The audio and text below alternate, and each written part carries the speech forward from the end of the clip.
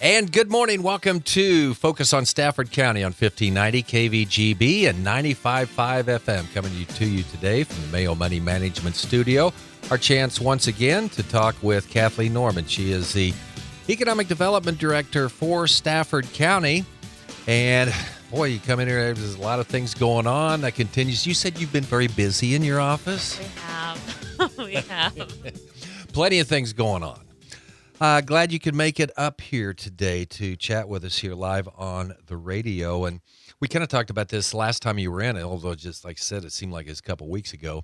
But new VISTA and just a VISTA. What's a VISTA? Yes. So it's an AmeriCorps VISTA, and so VISTA stands for Volunteers in Service to America. So it's AmeriCorps has about 3 to 4, depending how you break them out, kind of service sections. They have like a state and national. They have the VISTA, and then they have their like National Conservation Corps type thing. And so that's geared to 18 to 24-year-olds. The state and national ones do a lot of direct service. So those would be volunteer positions that might be helping out at a library or a soup kitchen or a nonprofit, providing direct services and interacting with clients or people that utilize the services that the nonprofit or organization offers. And the VISTA is a little different. It is meant to be capacity building, so it's a lot more behind the scenes. So they aren't working as directly with individuals. The goal is that they can help the organization with like grant writing or program development, things that would, or they coordinate volunteers to do the direct service. And so it's considered more of like a salaried thing. So they have to commit to a full year versus like the state and national commit to a certain number of hours. This is something that your organization has utilized for several years now, and it's been very valuable. You've had some really talented young people going through here. We have. So we were awarded kind of being able to have VISTAs at the end of 2018. And then I was the first VISTA to join the organization. Yeah, how about that? I know. Comes full circle. And that's the thing where with the VISTA, with any of the positions, you get a variety. So like I came in with a couple of years of professional experience under my belt doing this because it provided me the flexibility I wanted to be pursuing certain things. The next few VISTAs, because we had, I guess, 4 other VISTAs then between me and our new one that's starting, and they were either in college or recent college grads, which is great because it's a way for them to gain skills, to get some experience as they start to navigate kind of their career path or trajectory. And then our new VISTA is Theresa McLoyd, and she... What's the name again? It's Theresa. Theresa. Yes. Okay.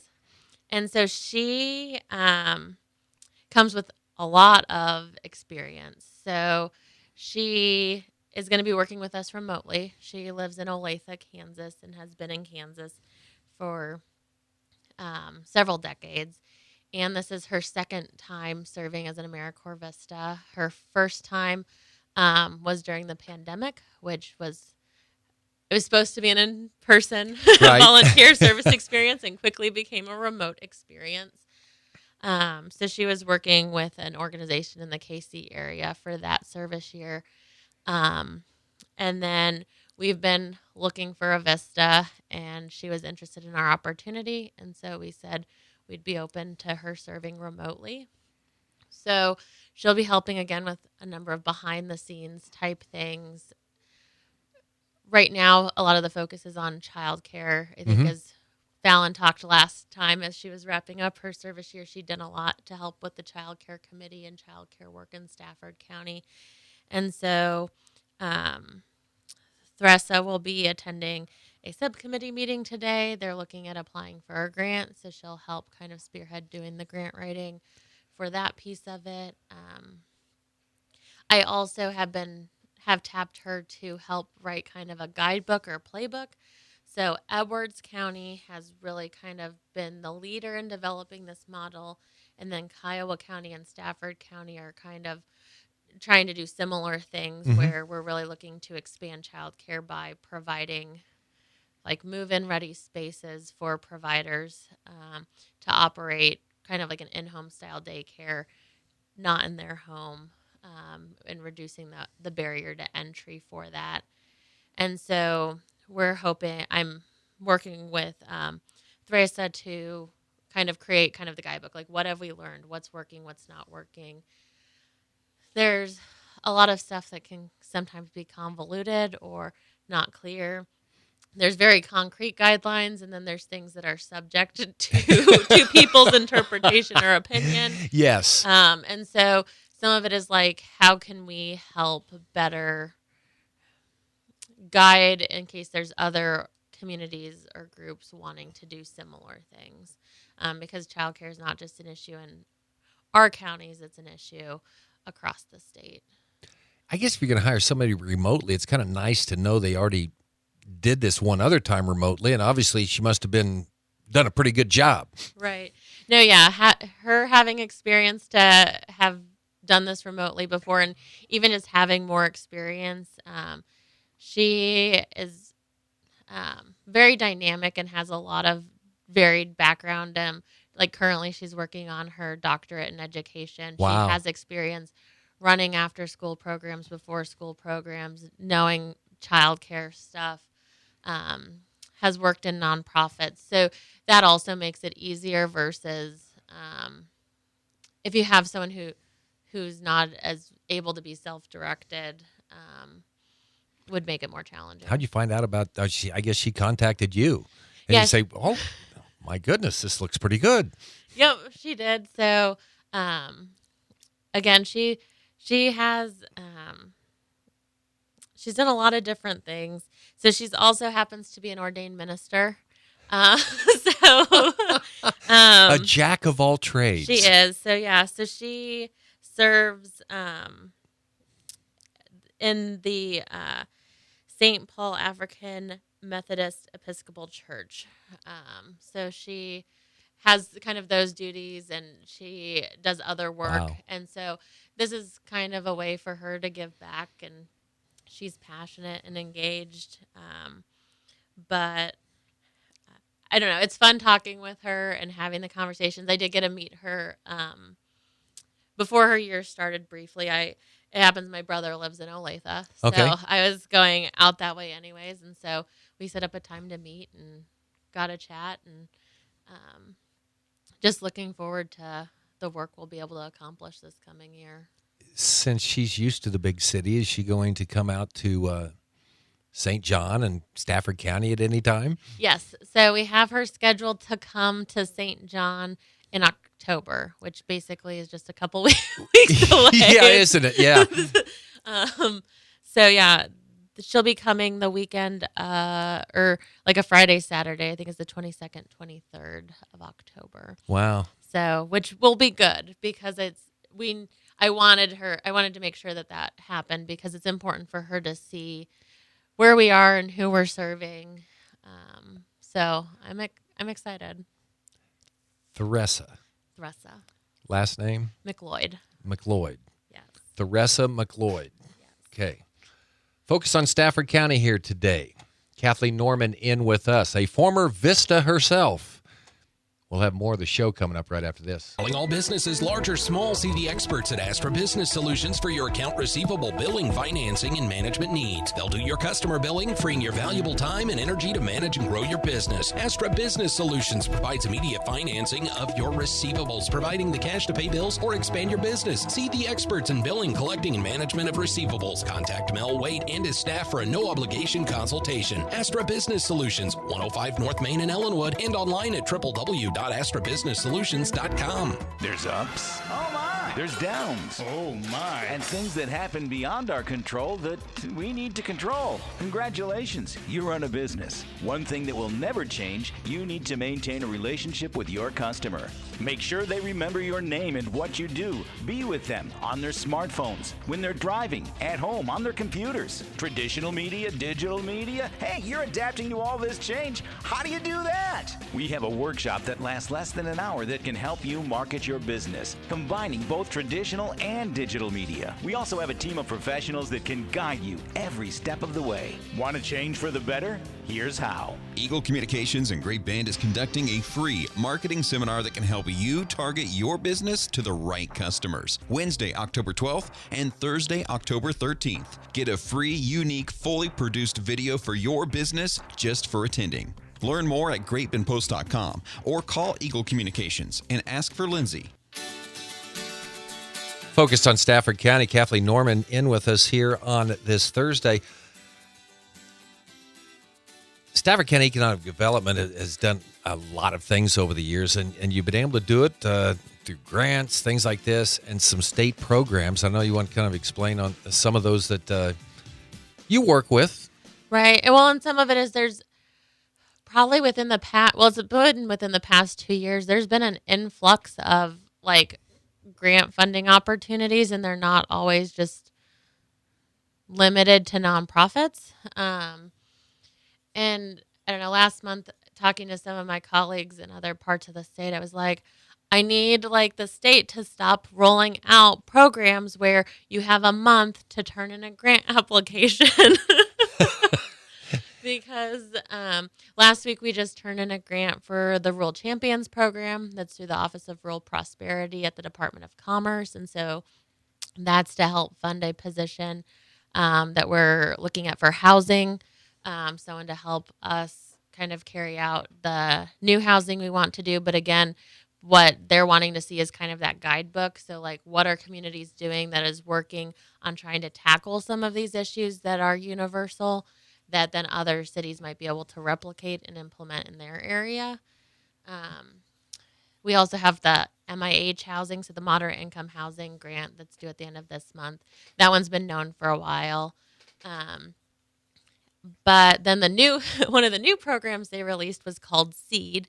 And so that was the Strategic Economic Expansion and Development Grant.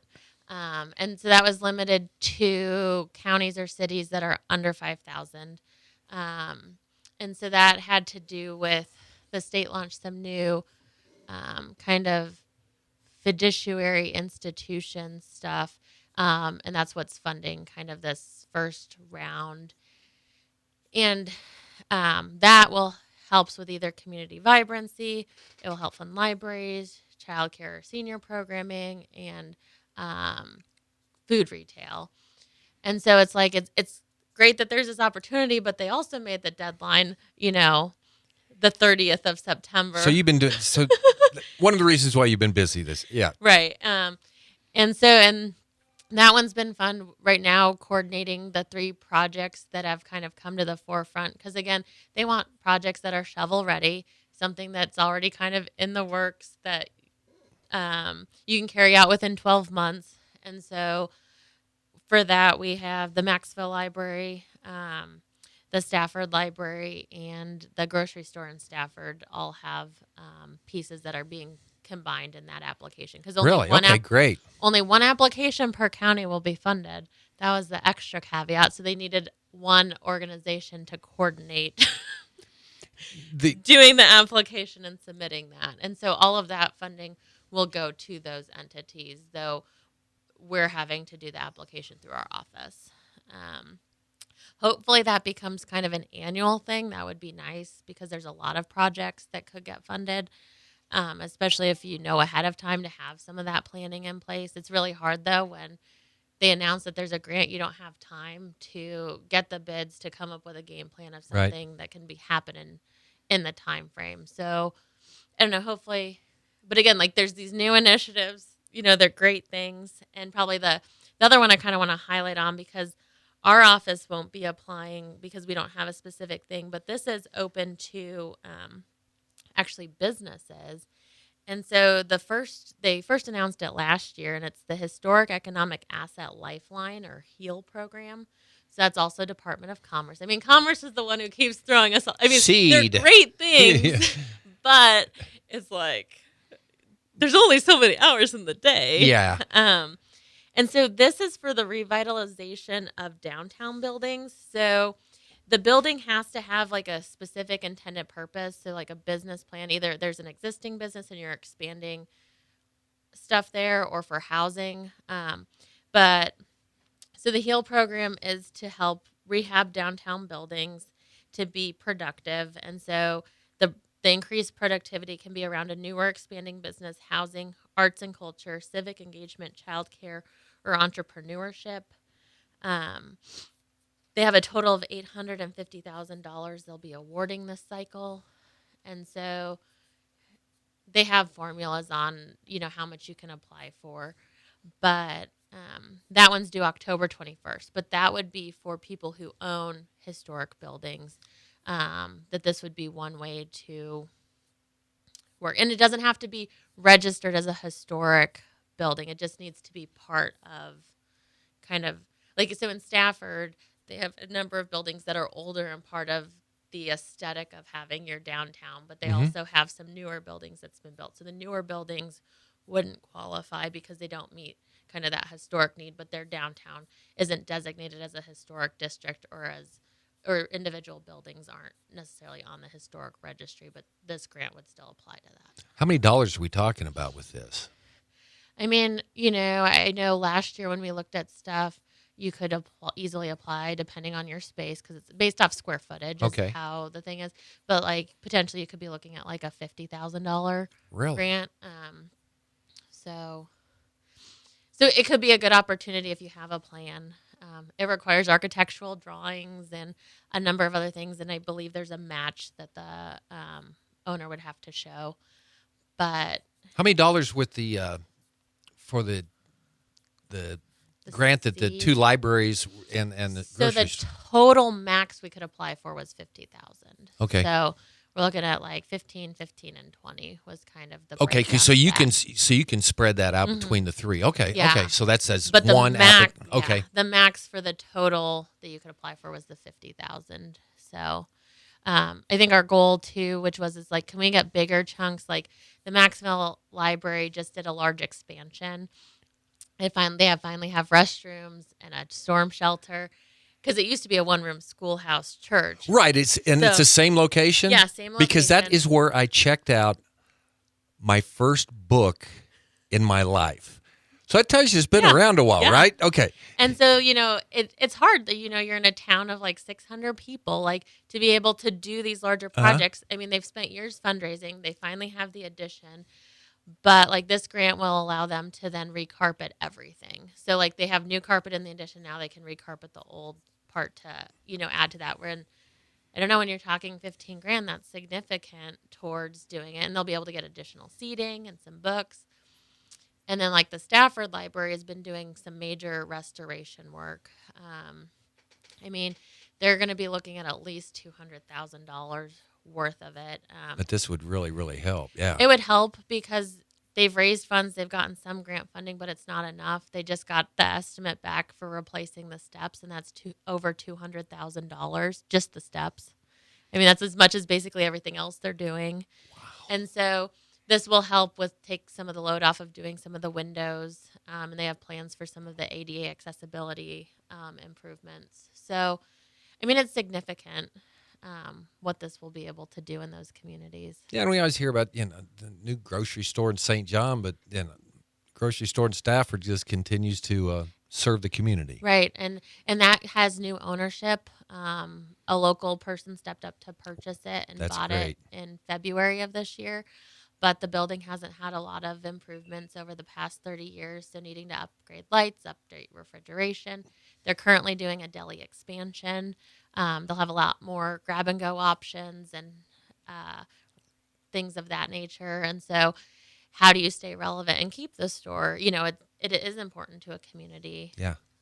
Okay, we're going to take our final break and more focus on Stafford County coming up after this. Superior Essex is growing, expanding, thriving, and you have a chance to change the future while changing your future by joining their team. Work in a safe, clean, and climate-controlled workspace. Superior Essex is hiring for multiple positions in production. Earn up to $23 an hour plus a sign-on bonus up to $5,000, plus a competitive benefits package including Blue Cross Blue Shield, Delta Dental, 401k with company match, and vacation and holiday pay. Apply at any Kansas Works office or at superioressex.com.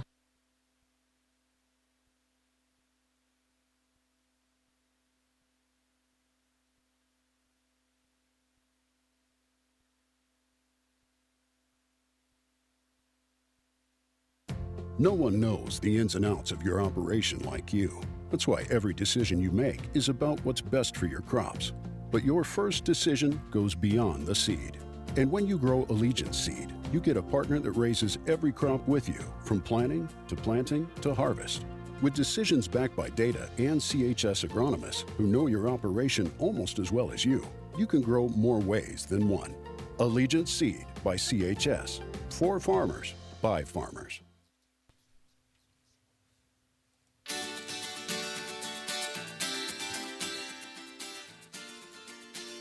Okay, we're back. Focus on Stafford County. Kathleen Norman with us here this morning. Okay, the big finish here. Yeah. Some updates here real quick. I do have someone coming on part-time to be kind of focused on housing and different stuff. So she should be starting Monday. So I'm excited. We'll see how that goes.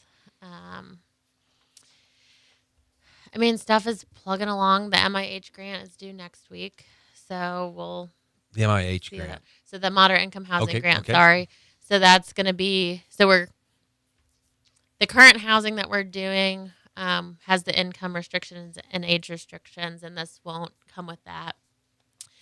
So our current project, the 3 houses in St. John should be done by the end of the year. And then we have 2 more starting in Maxville, and that will wrap up that set of houses. So this would be to do 10 more new construction houses next year, well over the next 2 years. And our goal would be looking to sell some of that. And also if there's people interested in building a different design to see if we can help kind of do the construction financing side of it. And that would allow them then to just purchase a standard mortgage on the completed house. So how many houses now? In total? Yeah. Okay. So we have the Maxville duplex, which is 2 units. That was the first one, I think. That was the first. There's the house in Hudson that was renovated. There was a house built and then sold in Stafford. And then we have 5 completed houses of the current project, 3 that are getting closer and 2 more starting, which it's incredible.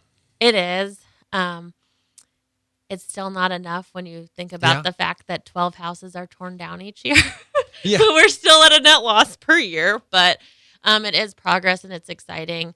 I think the big thing is, if we can start getting some of this traction and with other things in process like the port, like there's potential that there will be private developers that might take an interest in our area. It hasn't been the case. We've had some conversations and we just don't have very large projects and they're not as profitable. I would love for there to be other people building houses in Stafford County. Yeah. And even like with the new project, the goal really is going to be to sell and that stuff that once this MIH grant is done, we can start kind of rolling things out to get people lined up if they're interested in, buying or building a house in Stafford County. Right now, we're looking at within St. John and Stafford city limits for that, based on those cities participating. Okay. And then anything new on the Port Authority right now? Part of the land's been purchased and the other part is on its way to being purchased. So still working to close the gap for financing, but we do have, that incremental movement. So we'll just kind of see what the next few months bring. And the childcare. Yep. So close on the house tomorrow where we're going to be tearing down a dilapidated house to move in the childcare housing. Then hopefully we're still waiting to get specifics on tear down and contracting starting, but hopefully that will be being more visible soon. Are people making reservations now for? Not yet. Once the building is brought to town, we'll start finding our providers, and then they will independently operate their daycare. Wow, this is going to be a neat thing when that comes to fruition. It's not very far away. Okay, Kathleen, get back to grant writing, right? And applying for grants and things going on right now. They got to give you more time. Okay, great information. Kathleen Norman with us. She is Stafford County Economic Development Director here on Focus on Stafford County, and she's on with us once a month here. Maybe Theresa can come down. She can come down early, man. She can come in on the show next month. That'd be good. That is our show. News is next here on KVGB. Great bit.